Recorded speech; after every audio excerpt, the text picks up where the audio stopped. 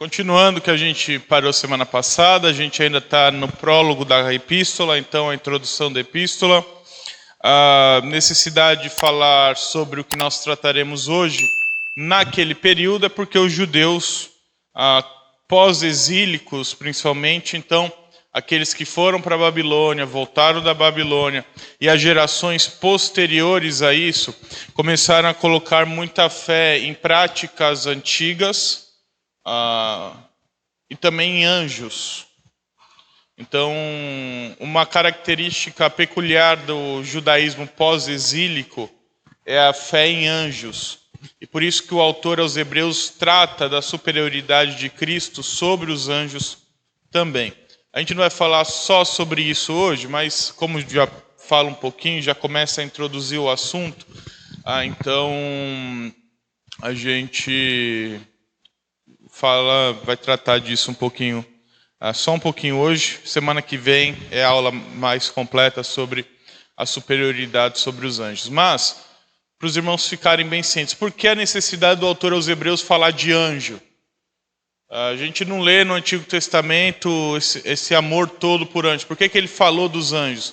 É porque o judaísmo pós-exílico é um judaísmo mais místico, parece. Eles ficavam esperando esses anjos aparecerem, revelarem a Deus. Então eles, assim como nós hoje, nós como sociedade, algumas pessoas ficam esperando um anjo aparecer, sinal do céu, nuvem de fumaça, qualquer coisa para falar que é Deus.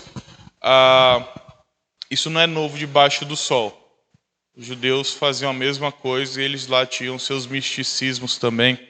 Então, por isso que o autor aos Hebreus trata dos anjos. Mas, como eu falei, semana que vem a gente vai falar especificamente sobre a superioridade de Cristo sobre os anjos. Mas hoje a gente vai ter um versículo 4, que já trata do assunto, começa a tratar o assunto, faz a ligação do prólogo com essa primeira etapa. Então, a gente já deixar claro aí por que a gente está falando de anjo. E eu quero começar essa aula com uma pergunta. O que significa Jesus ser o Filho de Deus? Vamos lá. Se eu perguntar para você, quem é Jesus? Aí você responde para mim, o Cristo, Filho de Deus, o Filho do Deus vivo. Bonita, tá certa a resposta. A pergunta é, o que significa ele ser o Filho de Deus? Olha que interessante, a gente professa algo e a gente às vezes costuma falar que Jesus é o Filho de Deus, sem pensar o que isso significa. A gente tem uma compreensão, por isso que é importante a aula aos Hebreus, porque apesar da gente professar a fé em Cristo, a nossa compreensão sobre quem é Jesus é muito pequena. A gente vive para Cristo, a gente vive por Cristo. Eu não estou negando a fé de ninguém aqui, tá, meus irmãos? Não me entendam errado, não, por favor. Os irmãos são crentes, são salvos, filhos de Deus, mas a gente conhece pouco. Vamos lá, quando você vai passar por um procedimento de saúde, qual que é a primeira coisa que você faz? Você joga no Google lá para descobrir o que é. Então, fui fazer canal no dente, nunca tinha feito antes, eu fui ver o vídeo de como é feito a coisa, cada etapa, para descobrir o que era, porque era novidade para mim. Nós muitas vezes adentramos a igreja e passamos a conhecer de Cristo, só que ao invés de buscar conhecer mais de Cristo, nós simplesmente paramos. E achamos que o que conhecemos já é suficiente.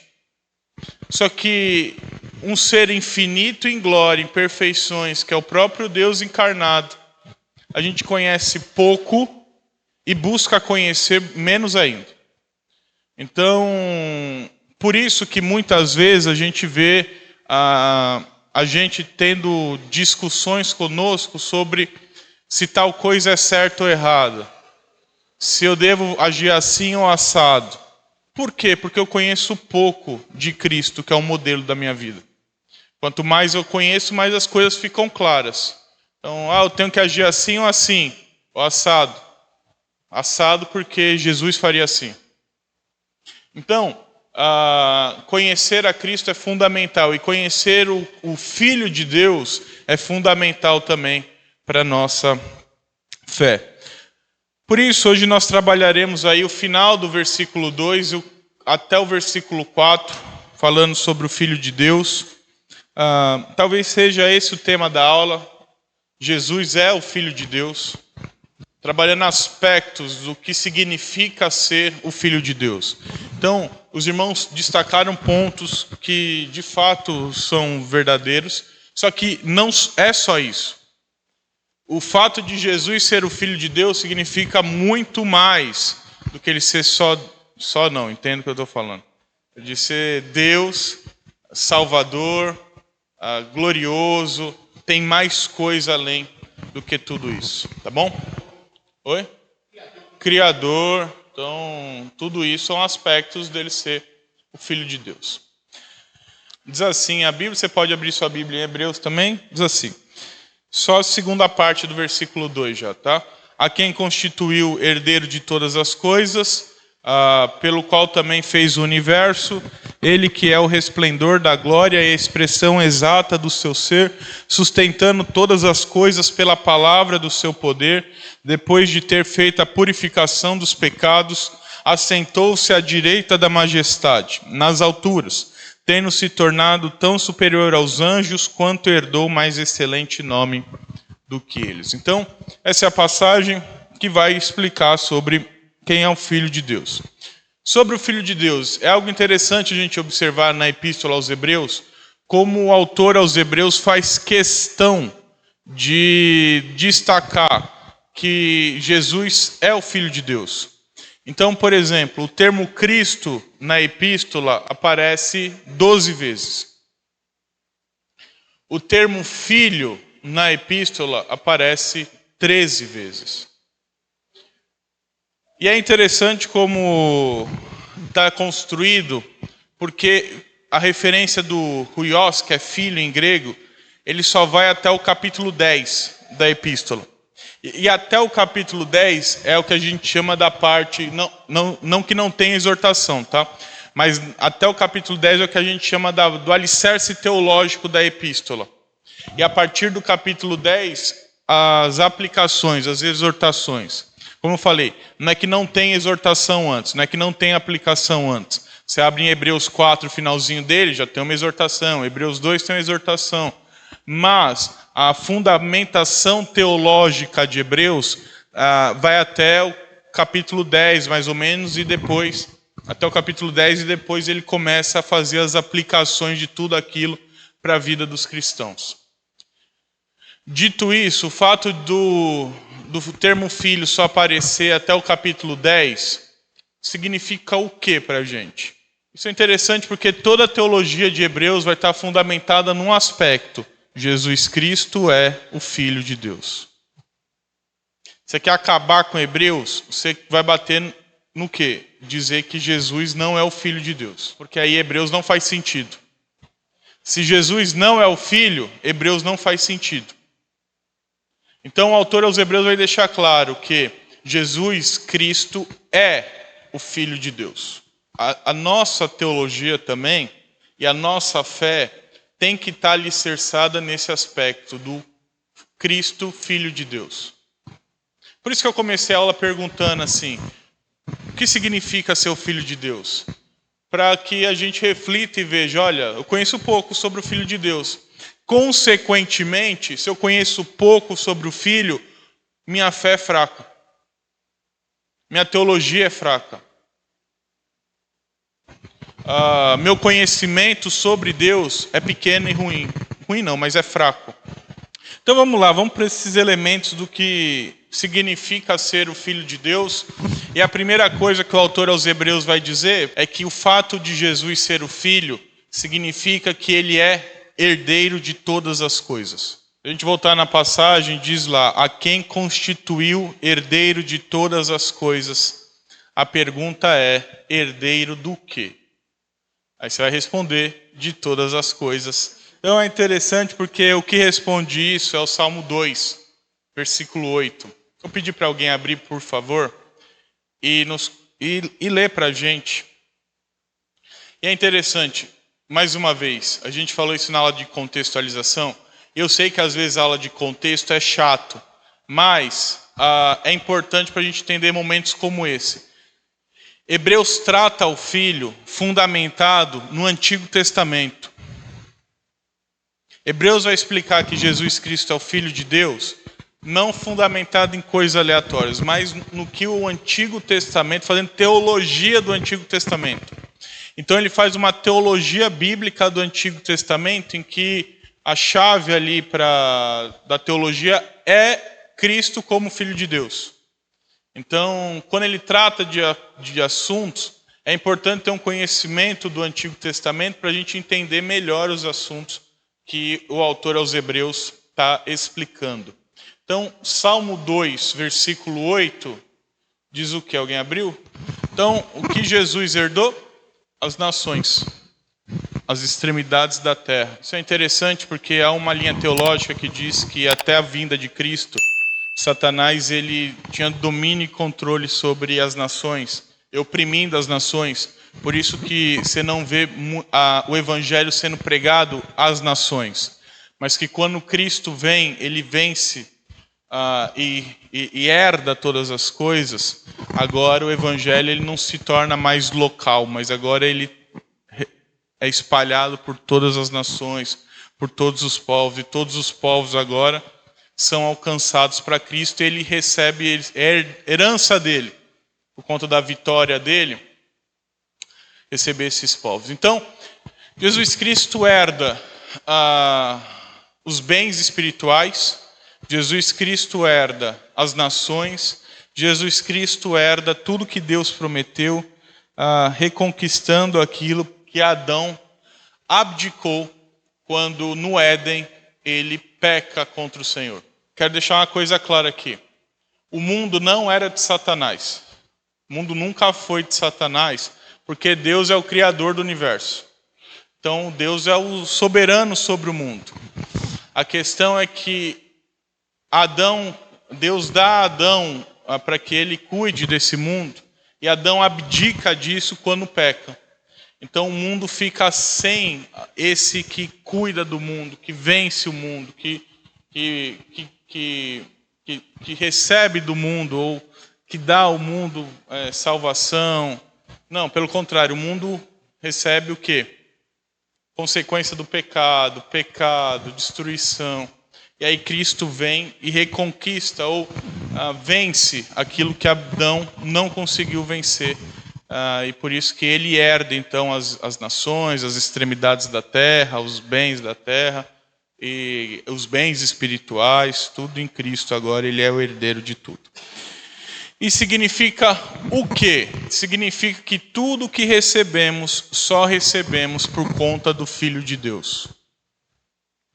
Isso é interessante porque quando o pai morre, quem recebe geralmente são os filhos. Sei que tem mulher, tem tudo, mas na época quem recebia era só os filhos.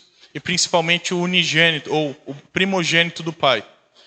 E Jesus Cristo é o filho mais velho, assim a gente pode dizer. Ele é o filho, o primeiro dos filhos. Ele é o primogênito entre nós, o unigênito de Deus. De modo que ele é o Filho de Deus e nós somos adotados em Cristo. Então a gente é irmão de Cristo, mas o filho, a gente pode dizer assim, o filho legítimo é Jesus Cristo. E nós somos feitos filhos de Deus, legítimos também, então você não precisa por conta de Jesus.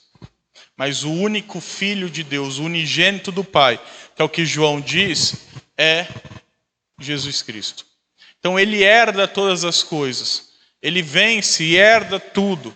E por ser o herdeiro de tudo, ele decide livre e espontaneamente nos tornar irmãos e co-herdeiros com ele de todas as coisas.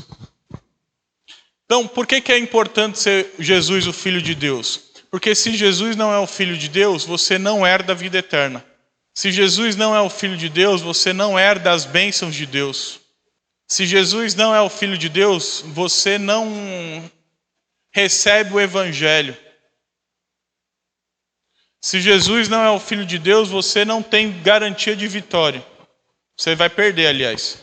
Então, O fato de Jesus ser o Filho de Deus significa que tudo aquilo que nós ansiamos e que Deus prometeu que receberíamos um dia e que já recebemos em parte nessa vida, tudo isso só é possível porque Jesus é o Filho de Deus. E abandonar isso, abandonar Cristo como nosso irmão, abandonar essa posição de filhos de Deus em Cristo, significa, entre outras coisas, abandonar a herança que está prometida em Cristo Jesus para as nossas vidas.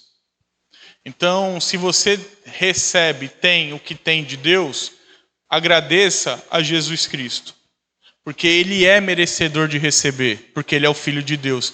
E Ele decide livremente compartilhar conosco, nos tornando co-herdeiros com Ele de todas essas coisas. Então, se um dia nós assentaremos o novo céu e nova terra, julgaremos as nações, viveremos eternamente, desfrutaremos de um reino perfeito, tudo isso só é possível porque Jesus é o Filho de Deus. E Ele é o herdeiro de todas as coisas. E nos tornou co-herdeiros quando estamos unidos a Ele. Então esse é o primeiro aspecto. Ele é o Filho de Deus, por isso Ele é o herdeiro de todas as coisas. Como Filho de Deus, Ele é o herdeiro de todas as coisas. Segunda questão aí é que Ele é o Filho de Deus e Criador do universo e mediador entre Pai e a criação. Isso é importante porque diz assim a passagem, lá os 3 pontinhos aí, a reticências é pelo que a gente já leu, tá? E diz assim, pelo qual também fez o universo. É interessante como Deus Pai cria o universo através do Filho, ou pelo Filho, de modo que é o Filho quem executa o plano do Pai. Eu sei que às vezes é confuso isso, mas dentro da Trindade cada um tem uma função. Cabe ao Pai uma determinada função, cabe ao Filho outra função e cabe ao Espírito Santo outra função. E os 3 juntos fazem a coisa perfeita. Então, quando a gente fala das obras de Deus, não é só uma pessoa que faz, são as 3 que fazem e é Deus fazendo. Então, por exemplo, quem te salvou? É Deus. Porque o Pai escolheu, o Filho fez a obra, o Espírito Santo aplica a obra. Se o Pai não escolhe, não adianta. Tanto que tem um monte de... A obra de Jesus valeria para toda a humanidade, mas por que só vale para alguns e para outros não? Porque o Pai precisou escolher antes. Então, e o Espírito Santo aplicar essa obra nos corações. Por isso que você não nasce salvo.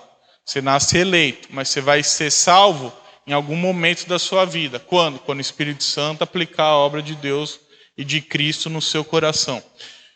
Então, cada pessoa tem sua função, mas a obra é de Deus. Então, quem me salvou? Deus. Deus Pai, o Filho e o Espírito Santo. Quem criou o universo? Deus. O Pai planejou, o Filho executou e o Espírito Santo aplicou essa execução dentro da criação. Cristo é o mediador. Isso é interessante. Ele é o mediador entre Deus e a criação desde sempre. Porque é Ele quem comunica o Deus para o mundo e depois o vice-versa a gente vê que Ele também faz. Por exemplo, quando Deus passava a viração do dia lá no jardim, quem você pensa que estava lá no jardim? Qual das 3 pessoas aparecia lá para bater um papo com Adão? Deus Filho. Porque o Filho é essa ligação entre a criação e o Pai. Então o Pai tem comunicado para a criação, o Pai fala pelo Filho. Foi o que a gente viu semana passada. Ele fala pelo Filho. Ele sempre falou pelo Filho. E o mundo quer falar com Deus, por onde que vai? Pelo Filho. Então ele é o intermediário, ele sempre foi a ponte aí entre Deus e os homens. Todas as vezes que Deus está falando é o Filho. Lembra, Deus é Espírito, o Pai é Espírito. Então, todas as vezes que aparece anjo do Senhor, teofania, a sarça queimando, são manifestações do Filho aparecendo ao mundo. E Ele é o Criador, junto do Pai e do Espírito, de todo o mundo e de toda a humanidade. Então, ele é o Filho de Deus. Por isso que se você recebe heranças, é por conta dele. Ele é o Filho de Deus. Se você está criado aqui hoje, sentado, foi criado, está respirando, é porque ele é o Filho de Deus. Semana que vem a gente continua dizendo por que ser o Filho de Deus é tão importante para a nossa fé.